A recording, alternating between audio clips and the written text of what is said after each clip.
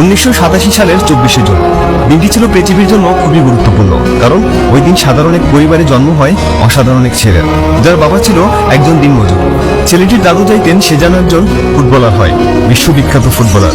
আর সেই আশা পূরণ করতেই ফুটবল জগতে তার পা। কিন্তু হঠাৎ একদিন যার কারণে ফুটবল জগতে পা রাখা সেই মানুষটিকে তিনি হারিয়ে ফেললেন, ভেঙে যায় সকল মনোবল। কিন্তু পরে ভাবলেন নক্ষত্র হয়ে যাওয়া দাদুর স্বপ্ন পূরণে পৃথিবীতেই তিনি হয়ে উঠবেন এক উজ্জ্বল নক্ষত্র। কিন্তু ছেলেটি যে ছিল অভাগা।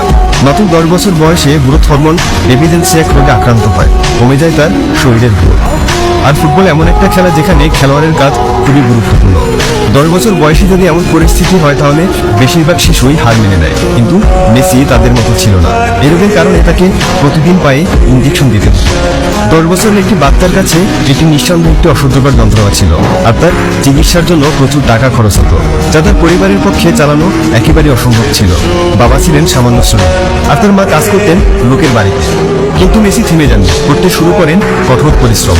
শরীরের অবস্থাতেও তিনি খেলতে চলে যেতেন, যার ফলাফল তিনি খুব শীঘ্রই দেখতে পেয়েছিলেন।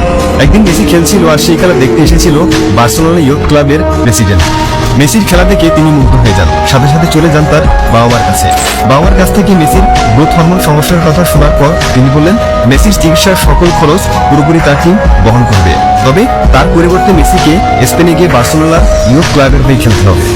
আর যেহেতু মেসির চিকিৎসা করানো তাদের পক্ষে সম্ভব ছিল না, তাই তার বাবা ব্যাপারটি বেশ খুশি মনে মেনে নেয়। তারপর মেসি পাড়ি জমান স্পেনে। বার্সেলোনায় খেলার পাশাপাশি শুরু হয় তার চিকিৎসা, কিন্তু হাইট কম থাকার কারণে দলে তেমন একটা সুযোগ পেতেন না, আর পেলে অন্য প্লেয়াররা তাকে বল পাস দিত না। কিন্তু মেসি তো মেসি, কোনো মতো একবার বলটা পেলে 15 মিনিটের আগে তার পা থেকেই কেউ বলটা নিতে পারত না।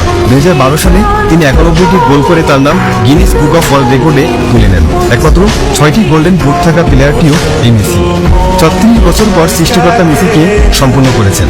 যে ফাইনালে তিনি বারবার হেরেছেন, বারবার চোখের জল ফেলেছেন, সেই জল মুছে ফেলে বিপক্ষ সমর্থকদের হাতে পরিবারের হুমকি ভুলে গিয়ে ব্যর্থতার বোঝা সরিয়ে ফেলে মেসি বারবার ঘুরে দাঁড়িয়েছেন। মেসি আমাদের শিখিয়েছেন কিভাবে উঠে দাঁড়াতে হয়, কিভাবে প্রতিপক্ষের চোখে চোখ রেখে লড়াই করে যেতে হয়। মেসি শিখিয়েছেন কিভাবে ফিরে আসতে হয়। মেসি শিখিয়েছেন কিভাবে অর্জন করতে হয়। শিখিয়েছেন তিনি কিভাবে জবাবটা দিতে হয়। যারা বলেছিল মেসি অস্তমিত হয়েছে, তারা তো আর জানতো না যে উদয় হওয়ার জন্য সূর্যকেও অস্ত যেতে হয়। জীবনটা এখনো ফুরোয়নি, মেসি এখনো ফুরোয়নি, এখনো নিজেকে পরাজিত বলে হাল ছেড়ে দেওয়ার সময় আসেনি।